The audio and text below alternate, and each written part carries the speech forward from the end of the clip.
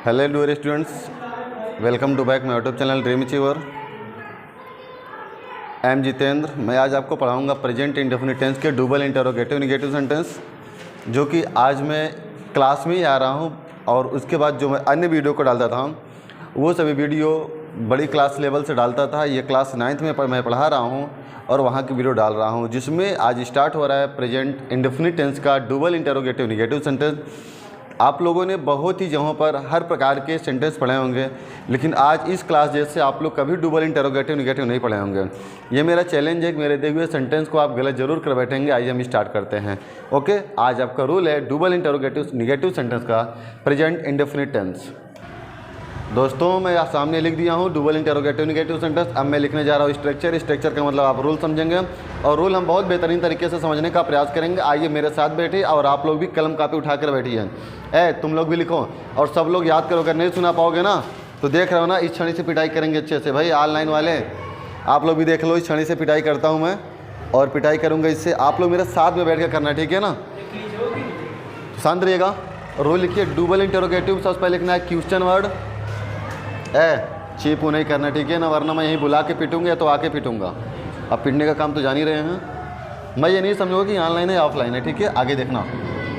देखिए question word को समझना है WH की फैमिली। WH की फैमिली का मतलब ये होता है जो क्वेश्चन वर्ड स्टार्ट होगा वो W से स्टार्ट होता है, हाउ केवल H से स्टार्ट होता है। ओके, नेक्स्ट फिर समझेंगे डू या डज। प्रेजेंट इंडेफिनिट है ना, डू या डज, और प्लस सब्जेक्ट।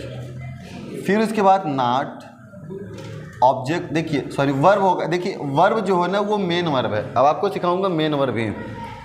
मेन वर्ब, इससे केवल वर्बीय भी लिखना है आप लोगों को। First form of the verb यानी क्रिया की पहली अवस्था, फिर ऑब्जेक्ट, फिर अदर वर्ड। ओके, ये आपका रूल रहा है स्ट्रक्चर ऑफ द सेंटेंस। आप इसे रूल कह सकते हैं, स्ट्रक्चर ऑफ द सेंटेंस कह सकते हैं। अब अगला सेंटेंस लिखिए। आप लोग मैं बोल रहा हूँ, आपके सामने सेंटेंस लिखा है, वे लोग किसके साथ पतंग उड़ा रहे हैं। और जल्दी से ट्रांसलेट करिएगा। क्या करें, निगेटिव है और हमने निगेटिव सेंटेंस लिखा है, लेकिन इसमें डबल इंटरोगेटिव लिखा है ना। There is no problem. अगर वाक्य में नहीं आएगा तो नॉट लगाना, अगर नहीं आएगा तो नॉट मत लगाना, उसको स्किप कर देना। कहानी खत्म हो गया। नेक्स्ट सेंटेंस है, आप लोगों को, वो फैन बंद कर दो, वो वाला उस क्लास की फैन बंद करो। आप लोगों को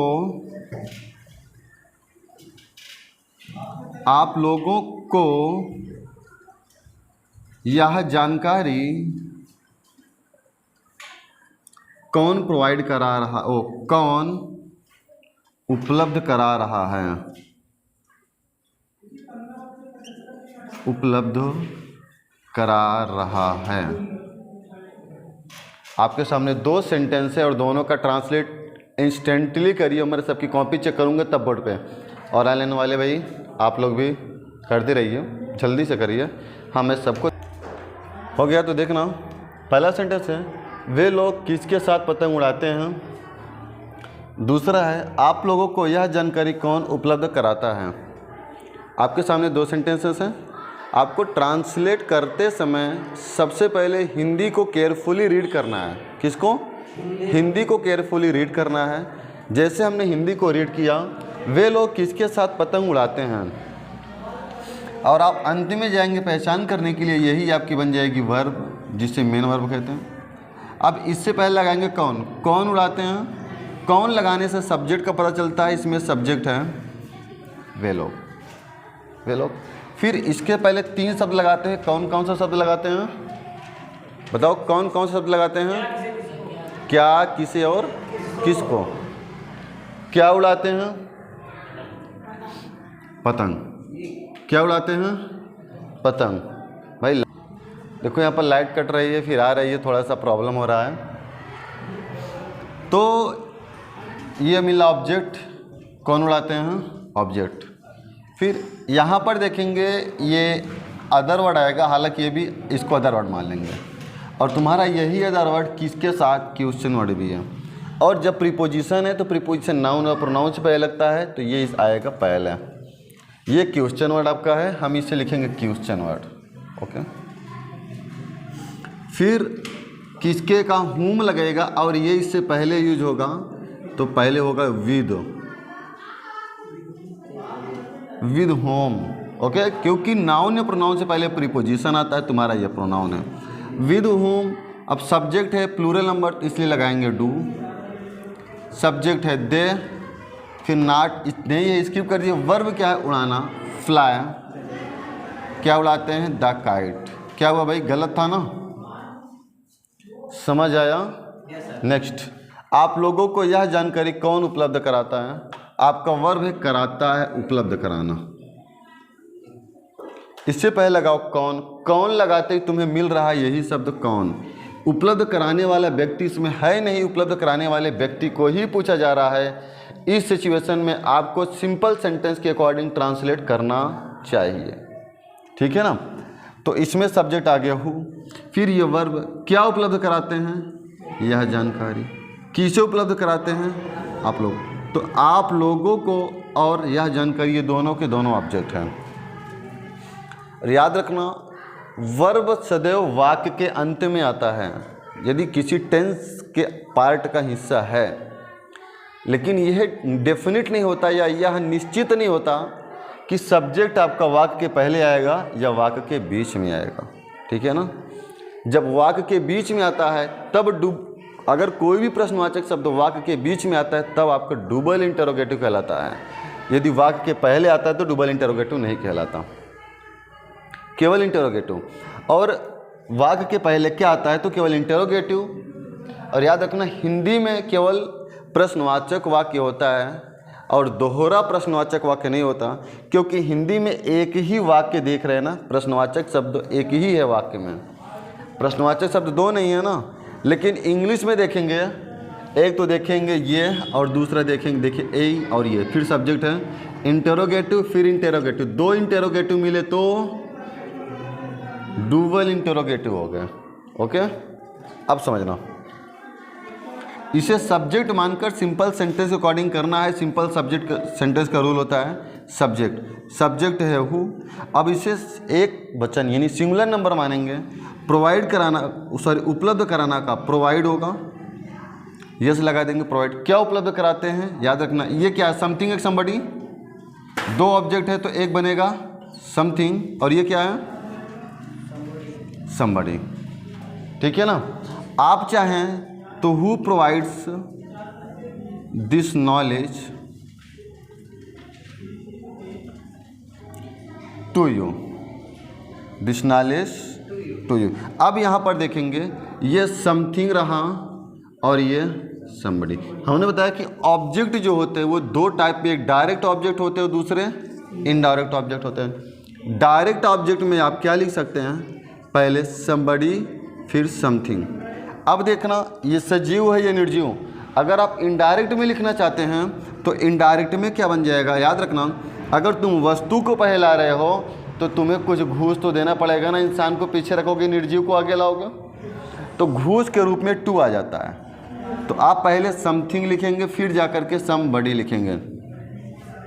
यदि जिसको समथिंग समबडी नहीं पता है वो कमेंट करके बताएं, और उसको डिस्क्रिप्शन में मेरे वीडियो का वहीं पर लिंक मिल जाएगा और वहाँ पर जाकर समथिंग समबडी को अच्छे से क्लियर कर लेगा। यदि आपको नहीं पता है तो मुझे आशा है पता भी हो सकता है और नहीं भी पता हो सकता है, लेकिन कमेंट में ज़रूर बताना कि सर क्लास कैसी लग रही है, ठीक है ना। और क्लास अच्छी लगेगी तो जो कहते हैं सब लोग वही मेरा भी कर देना, ठीक है। आगे देखना, यदि इसी सेंटेंस को आप लिखना चाहते हैं तो देखना यहाँ पर हु लिखेंगे, हु प्रोवाइड्स। अब देखना, अगर अगर देखो, अगर तुम इसे पहले ला रहे हो और इसे बाद में ले जा रहे हो तो घूस नहीं देना पड़ेगा। हमने पहले घूस का नाम ले लिया था, क्योंकि हिंदुस्तान में आते हैं ना, एक साइन कराने के लिए भी घूस लगता है। अब उसके बाद आ जाएगा some knowledge. Are you got it very well, are you got it very well. क्या आप सभी लोगों को यह समझ में आ रहा है ना। तो डबल इंटरोगेटिव समझ में आया। नेक्स्ट अगला लिखिए, कब है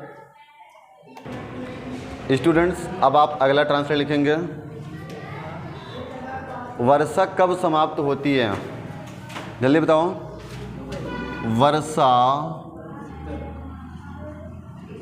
कब समाप्त होती है।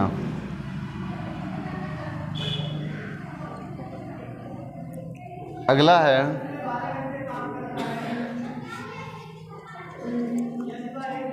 पौधों को पानी कौन देता है? पौधों को पानी कौन देता है? चलिए इन दोनों ट्रांसलेट को जल्दी से करिए, मैं वेट कर रहा हूँ। आप लोग भी पेन उठाओ, क्यों बैठे हो भाई ऐसे? हाँ, तो यहाँ पर देखना आप लोग, वर्षा कब समाप्त होती है, इसमें डबल इंटरोगेटिव ये हुआ। अब देखना, जब भी वर्षा की बात आती है उसमें सब्जेक्ट इट का प्रयोग होता है अगर सेंटेंस सिंपल है। सिंपल सेंटेंस मतलब वर्षा समाप्त होती है। कोई वर्षा लड़की का नाम मत समझ लेना, ठीक है ना? हाँ, नहीं तो वर्षा ही समाप्त हो जाएगी। वो वर्षा समाप्त होती है, वर्षा समाप्त होती है, ये सिंपल है। इसके लिए क्या लिखेंगे? इट। देखिए, जब भी वर्षा होगा तो उसमें आपको सब्जेक्ट इट का प्रयोग करना है। वर्ब आ गया समाप्त होना का, फिनिश। ये इट एक वचन होता है तो यहाँ पर क्या लगेगा? यस या यस। यस यस है तो यस लगाना है। Finishes the rain. Okay, double interrogative है तो लगाइए पहले व्हेन और उसके बाद does it finish the rain.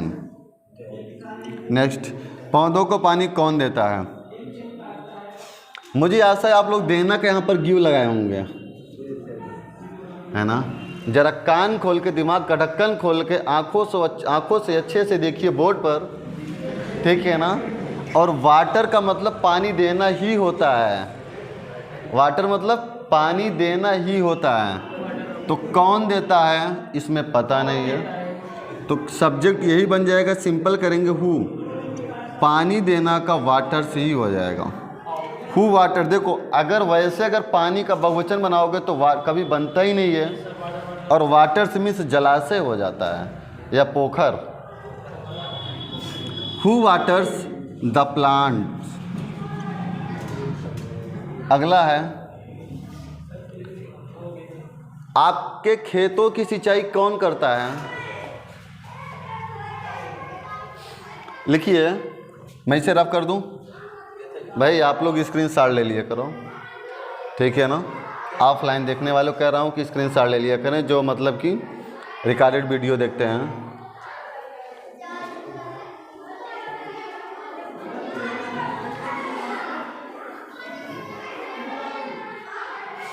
हाँ, क्या है?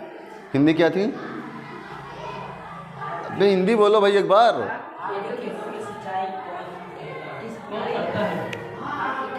ठीक है, आपके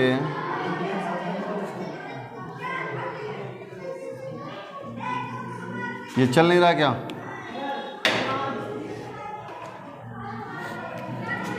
आपके खेतों की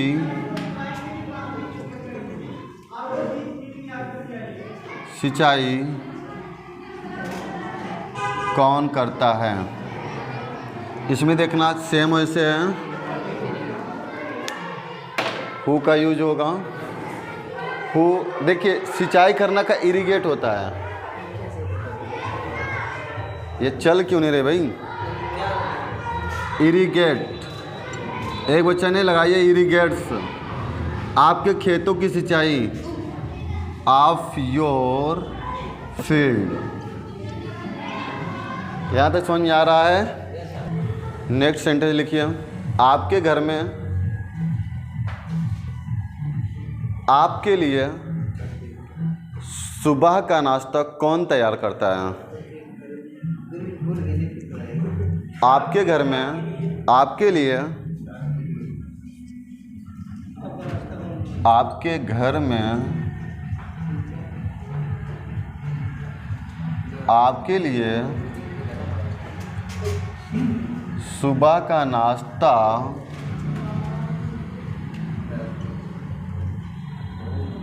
कौन तैयार करता है? दोस्तों, जो ये मेरी वीडियो आप लोग देख रहे हैं, यदि आपको इसमें ना समझ में आ रही हो तो आप मेरे चैनल पे जाइए, प्लेलिस्ट पे जाइए, उसमें English translation tense by Jitendra से लिखा होगा और उस प्लेलिस्ट को खोलिए और मुझे आशा और उम्मीद है और पूरा विश्वास भी है उसमें आपको एक एक वर्ड का ट्रांसलेशन सिखाया गया है। ट्रांसलेशन होता कैसे है उसमें बहुत आसानी तरीके से समझ आएगा, ये मेरी गारंटी है। आप एक बार जाकर देखो तो पूरी क्लास को देखो, बिना स्किप किए देखो। ना समझ आया ना तो कमेंट करके बताना सर मुझे नहीं समझ में आया, तुम्हारे लिए मैं बुला के एक अलग से क्लास ले लूँगा। ओके, आइए देखिए, आपके घर में आपके लिए सुबह का नाश्ता कौन तैयार करता है? इस सेंटेंस में भी सब्जेक्ट आ गया कौन, तो कौन के पहले हु लिखूं, फिर तैयार करना का प्रीपेयर होता है, प्रीपेयर्स हो जाएगा तैयार करना का। क्या तैयार करता है? सुबह का नाश्ता। सुबह का नाश्ता के लिए टोटल हो जाता है ब्रेकफास्ट। क्या होता है? ब्रेकफास्ट। आगे फिर उसके बाद आपके लिए फॉर यू,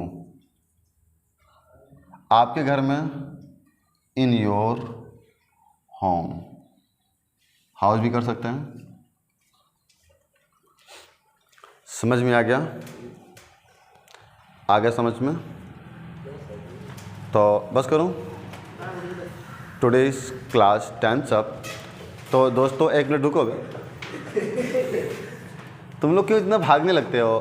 दोस्तों यदि आपको वीडियो अच्छी लगी हो तो जो इच्छा करे सो करना, लाइक करना, चाहे डिसलाइक करना, सब्सक्राइब या अनसब्सक्राइब करना, जो भी मन करे, दुनिया की जो भी मन करे वीडियो में वो सब चीज़ करना। लेकिन गलत कमेंट मत करना, यस नो में सर समझ में आया, नहीं समझ में आया, या और क्लास प्रोवाइड कराइए। अगर आप कमेंट करोगे तो ये वाली क्लास और प्रोवाइड कराऊंगा, वरना इस क्लास को इसी में समाप्त कर दूंगा। मॉर्निंग शिफ्ट वाली क्लास मेरी रेगुलर रहेगी। Thank you for watching this.